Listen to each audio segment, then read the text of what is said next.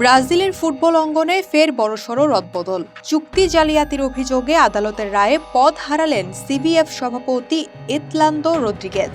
শুধু তিনিই নন, বরখাস্ত করা হয়েছে কনফেডারেশনের পুরো বোর্ডকে। রদ্রিগেজের বিরুদ্ধে অভিযোগ, তিনি 2030 সাল পর্যন্ত নিজের মেয়াদ বাড়াতে জালিয়াতির আশ্রয় নেন। যে চুক্তির উপর ভর করে তিনি ক্ষমতায় টিকেছিলেন সেটিকে অবৈধ ঘোষণা করেছে আদালত। রায়ে বলা হয়েছে 2018 সাল থেকে মানসিকভাবে অক্ষম এক ব্যক্তির নামে করা চুক্তির কোনো বৈধতা নেই। বিচারক স্পষ্ট করেছেন, এই চুক্তির ভিত্তিতে পরিচালিত প্রশাসনকেও বৈধ বলা যাবে না। রদ্রিগেজের জায়গায় আপাতত দায়িত্ব নিয়েছেন সহসভাপতি ফার্নান্দো সারোনি। নতুন নির্বাচনের প্রস্তুতির নির্দেশনা দেওয়া হয়েছে তাকেই।